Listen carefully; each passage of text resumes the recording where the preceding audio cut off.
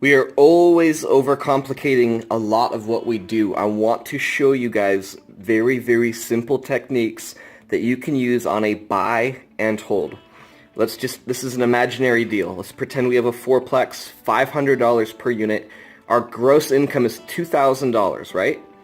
So the first thing that I do is I subtract my core. Taxes, insurance, utilities. I do 10% maintenance, 10% management, and 10% vacancy. I call this the core. This is the core that I have to take out before I'm worried about paying for this deal, right? So when I do that and when I take out my core, out of this is what we call it, the NOI, the net operating income. Out of the NOI, I have to be able to pay myself. This deal has to be able to pay for itself. So $1,050, my criteria is $200 net income per unit. 200 times 4, that's 800, not 8,000.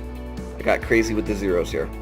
So out of this number here, I have to be able to pay myself, and the deal has to fit my criteria.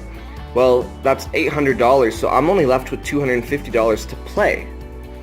So that's not a lot of money. You know, if you were going to use a bank, you know, I didn't even come up with a purchase price here, but if you were going to use a bank, you know, you're probably looking at $400, $600, $500, $700, right? Well, I can't afford that. I can only afford to pay $250. So when we can explain to the seller, hey, this deal can only afford to pay $250, right? When we can do that, sometimes we've got a fighting chance. Now, can you mess with this $2,000 here? Maybe if it's a very, very simple value add play, but you have to calculate that debt into your offer. It still has to meet your criteria. Maybe you're putting $2,000 in per unit. You got to calculate in an extra $8,000. So I've got $250 to play. If I was going to owner finance this, I would offer $250 a month. So when you guys are analyzing a deal, look at this number. You have to pay yourself, meet your criteria here, and pay for the deal. I take out my criteria first. I always pay myself first. $800 a month. $250.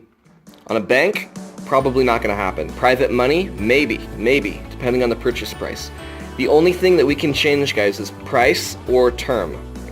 So I would be adjusting, if I had the purchase price up here, I would be adjusting the purchase price to see if it would meet $250. I would be negotiating that purchase price or the terms down to get that to $250 a month.